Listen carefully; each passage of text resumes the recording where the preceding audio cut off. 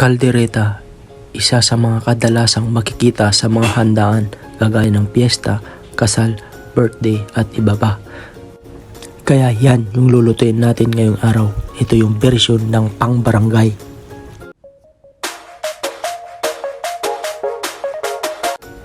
Nung bata pa ako, kahit malayo ang handaan ay pinupuntan ko talaga dahil doon maraming pagkain.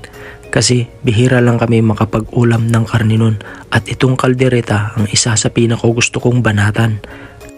Ginamit ko pala dito ay yung karne ng manok. Yan ay boneless na. Yan lang kasi yung available dun sa palengke nung bumili ako. Ito, magigisa lang ng bawang, sibuyas, tapos ilagay ang karne. Since madali lang tumaluto kasi boneless siya at manipis, igigisa ko na ito, then lalagyan ko na agad to ng toyo, pandagdag alat. Dadagdagan din natin yan ng patis para kumapit talaga yung lasa. Sasabay ko na din dito yung tomato paste. Ginisa mix pala yung nilagay ko kasi walang beef cubes dito. Kung may beef cubes sana, mas maganda. Tapos nilagyan ko na din pala yan ng ketchup. Doon sa tomato paste pala, kung walang tomato paste, pwede nyo lagyan ng tomato sauce. Bago pala tayo magpatuloy ay gusto ko lang bigyan ng shoutout si Anime World.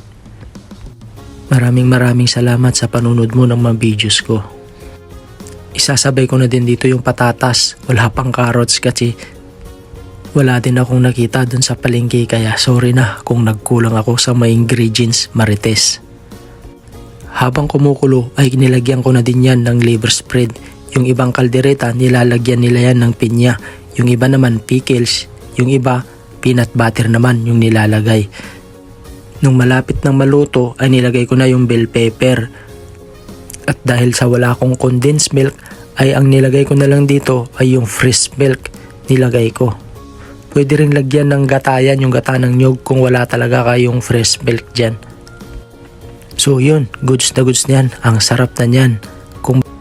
Kung umabot ka sa dulo ng video na to ay paki-comment mo naman dyan kung paborito mo din ba ang kaldereta. At isa yan sa binabalot mo at binabanatan mo pagkatapos pag-uwi ng handaan.